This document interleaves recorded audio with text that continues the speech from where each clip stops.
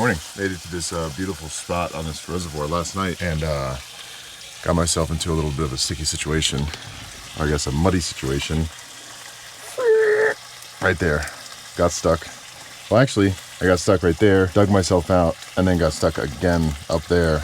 It looked like the ground was dry, like it feels like dry, like up here it's very dry. But I guess on that right side it was a little more squishy. So my tires just completely sunk into the mud, got myself out, and then stuck again, and then I had to call a tow truck, and they just yanked me out. So that was definitely not fun, also expensive. Also, my coffee maker is broken, and I don't have any just straight up coffee, so I'm dissecting a few of these pods, these coffee pods, got them open, and we're just gonna do a little pour over directly into my coffee mug. Hopefully that works. Breakfast looks delicious. I think I read something online once, you're supposed to like let it bloom. I don't know what that means necessarily, but pour the water on there, let it sit for a minute, and that lets the coffee bloom. Kind of sounds like some BS to me, but I don't know much about coffee. We'll try it out. Probably won't notice a difference.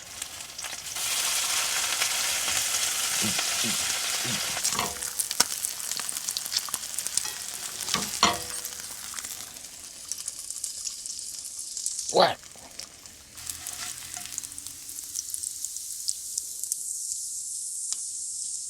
So I have been trying to, I think I've said this in a previous video, drink less coffee. Well, not just coffee, just caffeine in general. But I still will have it once or twice a week, especially on a morning like this up in the snow-covered hills / I guess mountains over there. How can you look at this and not just want a nice hot cup of coffee? I really was so close to getting myself unstuck last night. I got myself unstuck once, and then by the end of like the second hour, digging, trying to get myself out of it, I was just like, I'm just gonna call somebody. Because I don't want to tear up the ground anymore than I had, and honestly really didn't feel like digging anymore. But all that matters is we're out now. Free to roam, once again. That delectable bread. Oh. No, my bacon! Still good. But there's the remnants of my little adventure getting stuck yesterday.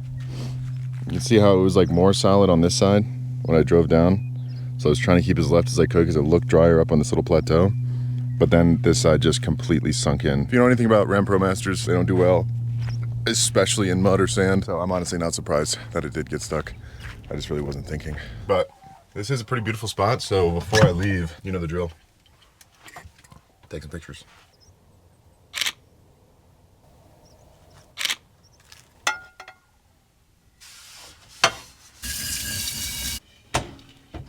All right, got ourselves changed into our day clothes. The van is nice and clean, ready to go. But I do want to show you guys something before we get out of here. Because last night when I went to use the bathroom that's here, because this is kind of like a public access area, I saw these nests up on the bathroom that I think are super cool every time I see them, and I never really see them up close because they're always up super high. Right above the bathroom here, I don't think they're inhabited right now, but these are little mud bird's nests all tucked up in between here under the bathroom walls. And these little mud huts made of like bird spit, I think, are home to barn swallows. They're super small, super agile little birds. Usually you'll see them flying around in the morning or in the evening, and they make these cliff nests, usually on high up places like on the side of cliffs or something like that. And they migrate like thousands of miles every single year, so it's cool that this kind of little bathroom was a part of their journey. But I always think it's so cool. I feel like birds are some of the smartest animals, and they don't get enough credit. That is, I guess, if you believe birds are real, because I know that's a popular theory that birds aren't real, but I'll leave that up to you to decide.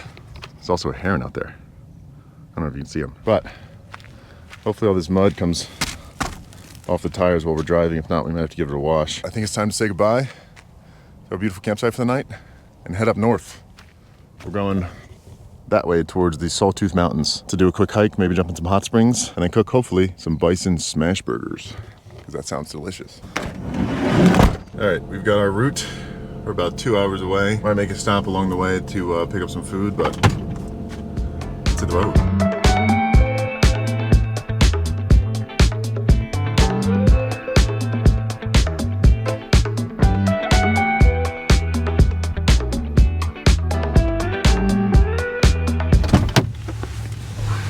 All right, we have made it to Ainley, Idaho.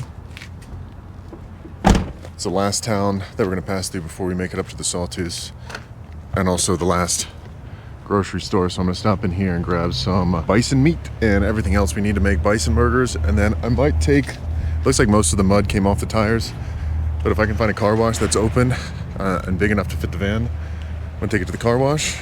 And we gotta fill our water tanks, because I think I might want to break out the pull-out shower that I have in my van. And if you guys have never seen me use it, I haven't used it in a long time. It is a pretty cool feature of my van, and I need to use it more often, so I think I'm gonna take a shower tonight.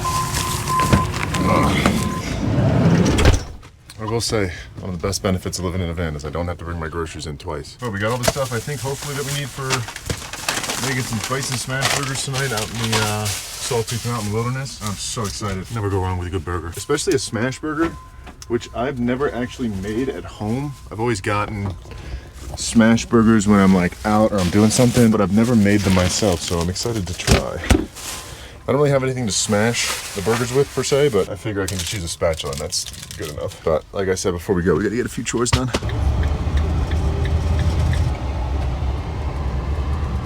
So one thing that I wish I did differently in my van, make sure this works. Okay, yeah, it works. Is make my water more easily accessible. When I initially built the van, I built it with the idea that this slit right here would be where I could view my water level, but as you can see, it's not wide enough and you can't really see unless there was a light behind the tank, like shining on it, where the water level is. So I really don't know. So the only way to get under there to see it is to lift up my mattress and look at it. And sometimes I still can't even tell from up here. And I think we're pretty much on E right now. So yeah, we definitely need to fill up. It's also always so cool when you get to places like this, because no matter where you are, righty-tighty, lefty-loosey.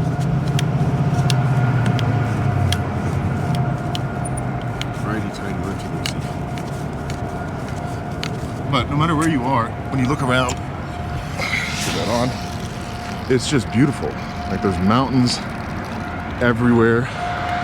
And this time of year, they're still covered in snow. And being from the East Coast, you really just don't get that anywhere. Maybe in Appalachia or in upstate New York, but other than that, you really don't get much. So since I've been on the West Coast, it's just mind-blowing how cool the landscape is out here. But the back of my van is an absolute disaster. This needs some serious organizing. Right now, we're just gonna focus on the task at hand and get some water in there. All right, that looks just about full.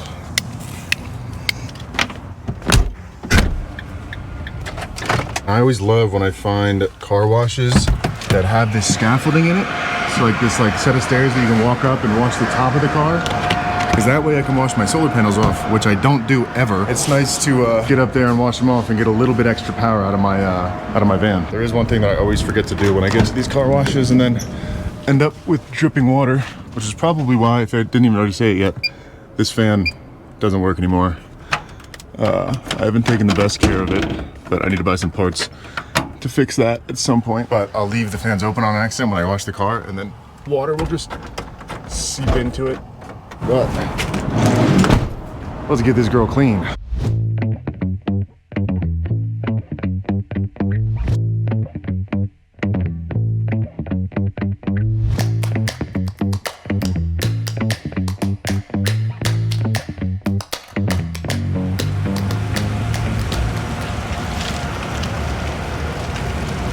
Look at her, she's so pretty.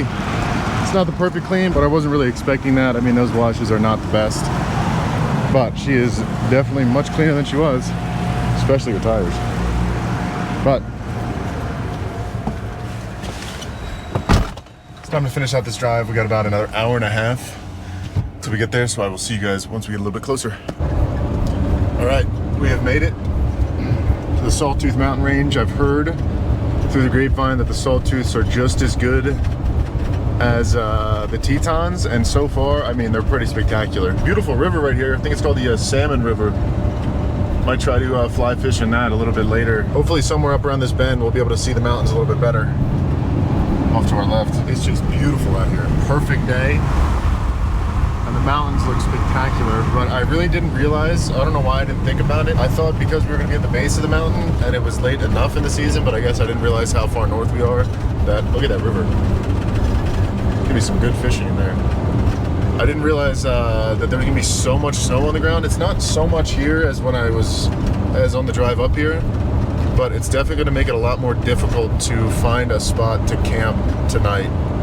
So I don't really know what I'm gonna do about that, because I think the place that I was planning on going is definitely gonna be inaccessible, especially in my van, with how easily this thing gets stuck in anything. But we made it to Stanley, small town right at the edge of the Sawtooths. This little town of Stanley, I think, has, according to what I read online and I think it was the 2020 census, has 400 or so residents that live here. Probably most of which aren't permanent. I don't really know. But yeah, it's just a super, super small mountain town here, right on the edge of the Tetons, but it is beautiful.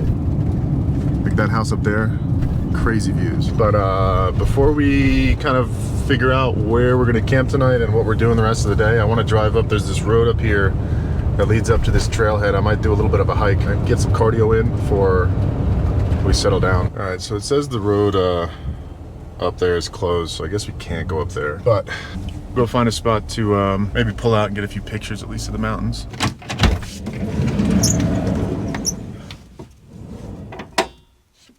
Such a nice day out, I can't get over it. Oh. Oh. Well, that sucks. My foot just sunk up to here into freezing cold water. Noted, don't step in the snow.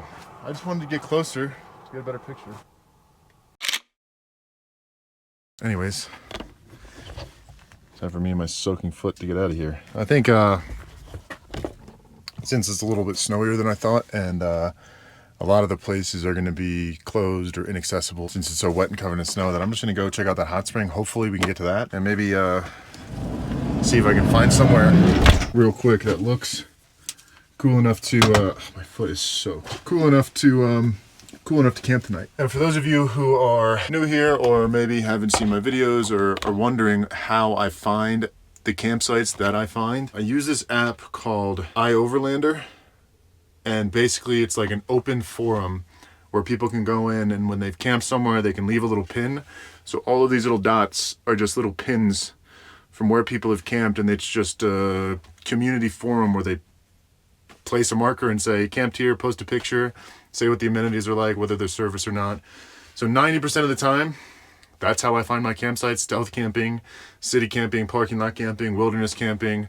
You can find a lot, but you can also find your own spots, like using this as a guide. So like you'll see a spot where people have camped, or it shows you where the BLM boundaries are. So you can go find your own campsites, use this as a guide, or you can just camp at the iOverlander spots that people have already camped at. So I'm gonna search through here and see what we can find that looks like it would be good in the winter. And a lot of the times when I find a spot, I will pull it up, see what it looks like, and then look at it on satellite to see what the road looks like getting there. And if it looks like it's like too rutted, or if it looks like it's too out of the way, I just won't go. This one looks like it would be fine. We can at least drive over there after the hot spring and see, and then worst case, I always like to have a backup if I'm not too sure about a space. Looks like there's a few places off the road down the road we just came down. Worst case, we've got somewhere to stay tonight. Hopefully we're gonna get that super cool spot. I found a spot that has like 360 views of the mountains, so if we can get there, dope. If not, camp it on the side of the road. But anyways, I'm gonna drive down the road.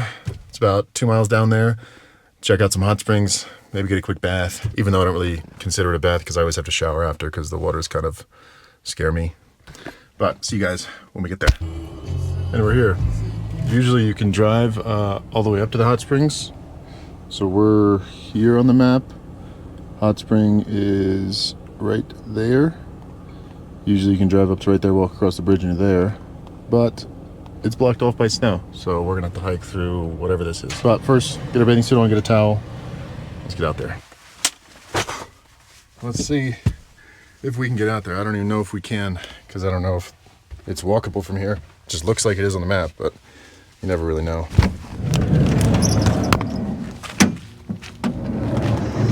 But I see the bridge up there, definitely walkable. So good news is we'll probably make it there.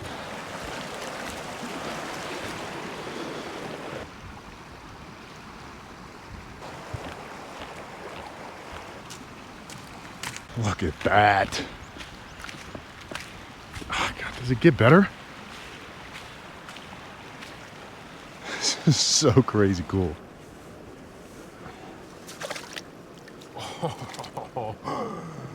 That's so perfect. Genuinely could not be more of a perfect temperature. I want to give you guys a shot of the pool itself before I get in it, because I'm going to stir up a bunch of muck because it's all sand, but it is perfectly crystal clear water. You can see some of the hot water bubbling up there in the middle, and then most of it's coming through these streams here, and then it just goes right onto the river, so it's constantly cycling, so it's got to be cleaning up. I got to take these sandals off. Oh, so cool. When you take a step, it's like an explosion. Ready? What a spot. But you already know, before we really sit down and relax and enjoy this pool, I'm gonna get myself some pictures.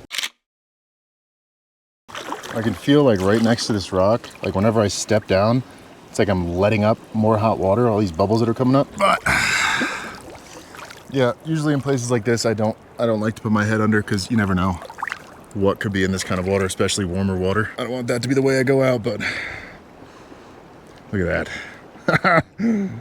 What a day.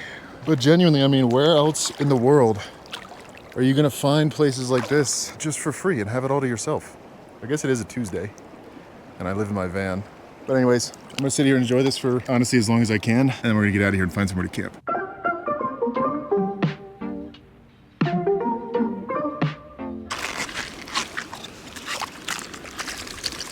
All right, so I'm just kind of letting myself air dry right now because it's really not that cold out, and I'd rather not use my bath towel, which is what I brought out here, to dry myself off from this lake and then take a shower and dry myself off with the same towel. Okay. I'm actually very surprised how warm it is out right now. It's nice because I know it's gonna get cold tonight, which is good for sleeping, but it's nice and like perfect temperature during the day. So I don't think that this campsite is too far from where we're at, but it is down a 3-mile dirt road, which kind of worries me.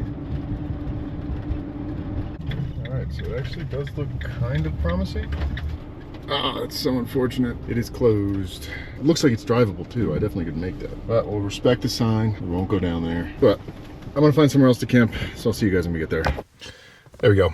Made it to camp. This is the only place that I could find within like an hour and a half of where I was. We pulled down into the valley, so don't have any service anymore, which kind of sucks, but not a bad place. I was trying to camp out in the wilderness with a view of the Sawtooths, but every single place that I went was, one, either closed, two, was blocked off by a mountain of snow from a snowplow just like this right at the entrance, or three, was too far to risk driving to and having it be blocked off, so I just didn't even think about it. I was gonna park on the side of the road, but all the spots that I found on the side of the road were just too close to the road. Like if it's far enough off to the side, like there's a big enough pull out, then I'm comfortable staying there, but if it's like just like a small pull out, I don't really like doing that. It's not a bad spot. It's a campsite.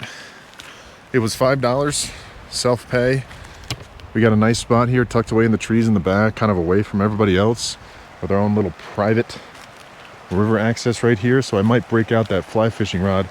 There's a big old piece of driftwood drifting down the river. I might break out that fly fishing rod, give it a few swings, see if I can do anything before I cook dinner tonight. Mostly just practice. Honestly, I don't really expect to catch anything. Yeah, I mean, can't complain. This was the only spot that I pulled into after driving around for an hour that had anything and was actually plowed. First things first, I didn't get a workout in today. I've kind of been following this new mantra of come up with excuses why I can do something as opposed to excuses why I can't. And before we do anything else, I'm gonna get a quick bodyweight workout in. All right, that's good enough. We did 80 push-ups, 60 sit-ups, no, 100 push-ups, because I did 20 off camera. But I think I'm going to pull up my fishing rod, throw a few lines in, and then take a shower before, and then cook before I shower. And if you haven't seen my videos before, my shower is pretty cool, so make sure you stick around to see that. It pulls out from this hidden, oh no, it's broken. My latch broke. That's easy enough to screw back in. But it pulls out in this hidden drawer. Hopefully I can still pull it out. And then there's a drain that lines up right here on that drawer, and then my curtain goes up, so it's pretty cool. But I'm gonna grab the fly rod. Not really taking anything too serious, so I'm just gonna go throw a few lines in. More so just gonna practice my cast. All right, odds I catch a fish. Place your bets now. Leave a comment right now if you think I'm gonna catch a fish. I'm only gonna be out here for 30 minutes. And if you've watched my channel, you might have better odds in winning your bet because you know my fishing record. And this is only my second time fly fishing.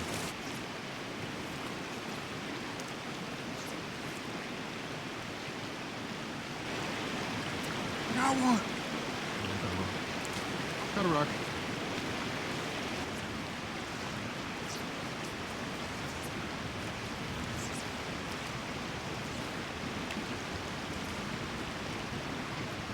So no fish today, but I'm definitely feeling a little bit more confident about, I don't know, casting. Maybe I'm completely wrong on what I'm doing, but I'll continue to watch videos and try to figure this sport out. But anyways, let's go make some dinner. Let's get to making some smash burgers.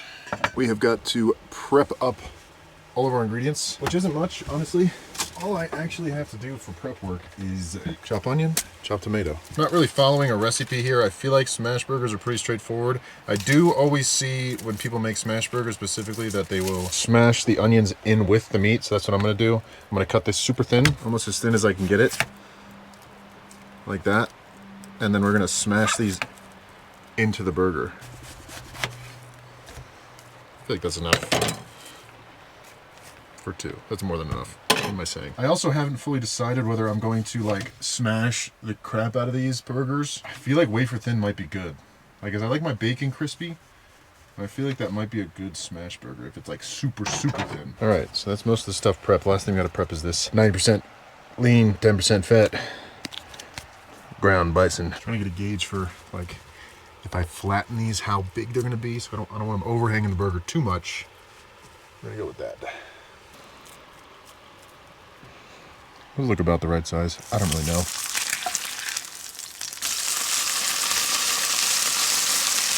All right, bacon's done. It's nice and stiff, just how I like it. Crispy, crunchy, delicious bacon. So now with this extra grease, I'm gonna take it out of the pan, at least most of it. Throw it into my little grease bowl. Kind of leave a little hint of grease. I don't really know what I'm going to do to smash these though. I think I have parchment. No, I don't. Yes, I do. No, I don't. Yes, I do. Sorry, that was an emotional roller coaster. I'm thinking this will help it like not stick to the thing when I mash it down. And I'm just going to use my flimsy spatula and mash them as much as I can. First, I'm gonna toast up these buns. Got our buns toasted. Now it's time to smash some burgers. So I think we're gonna do two at a time. Get them in that bacon grease. Throw some onions down on each of them. I don't like that. I don't know. That's how I see them do it in the videos. And then just mash the almighty out of it.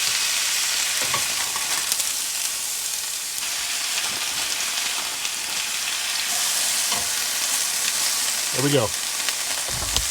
Now we'll let those cook just about 90% of the way through on this side. So until it starts to brown kind of on the top, we want a nice crust to form on the bottom. Then we'll flip them, cheese them, do the same thing again, and then we'll have two smash burgers. All right, so I think these are just about ready to flip.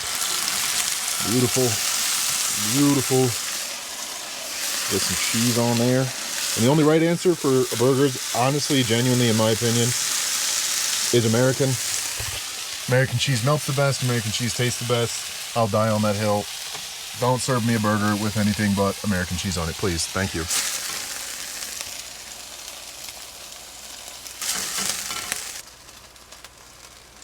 All right, so we're gonna wait to finish building that until we get our next burger on. But basically, I'm just gonna repeat that process over again.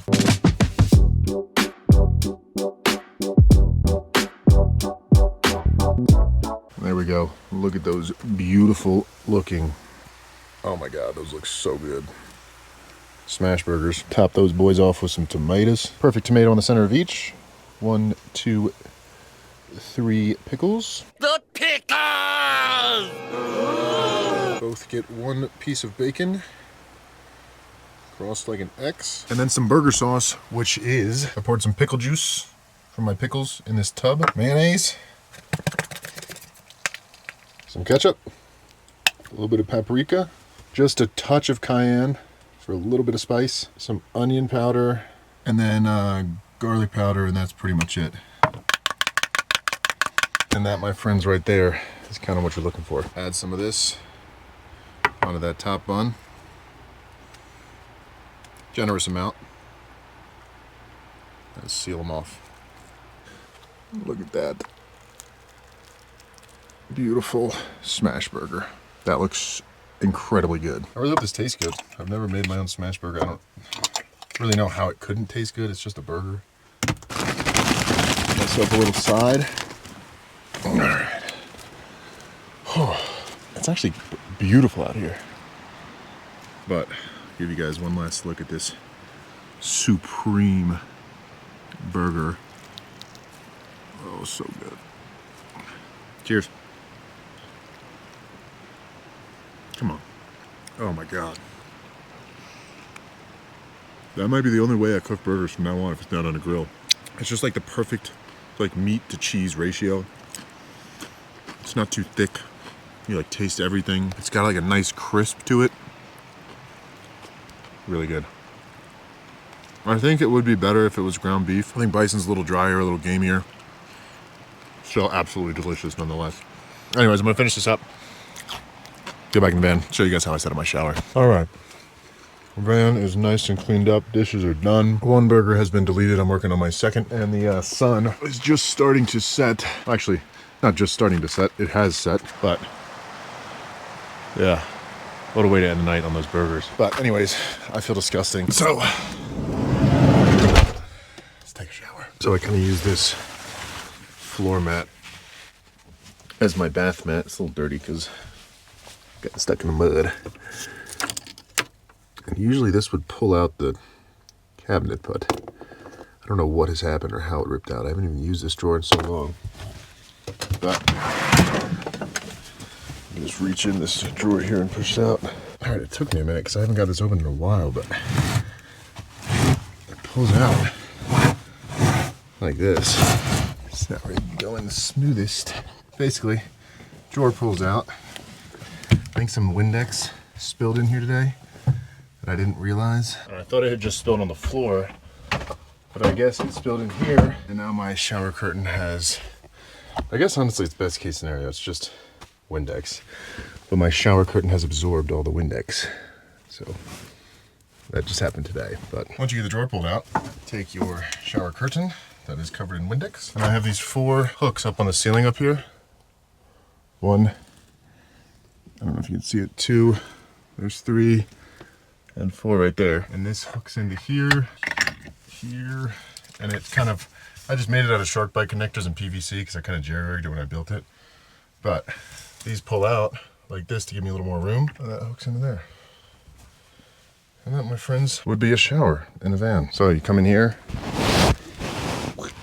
that drain lines up with the drain in the floor. It's kind of dirty in here. I need to clean it. And I should have been doing this before, but I can turn on my water heater. So I've got a 5-gallon water heater. That is the switch for my water heater. You just kind of saw my lights blink.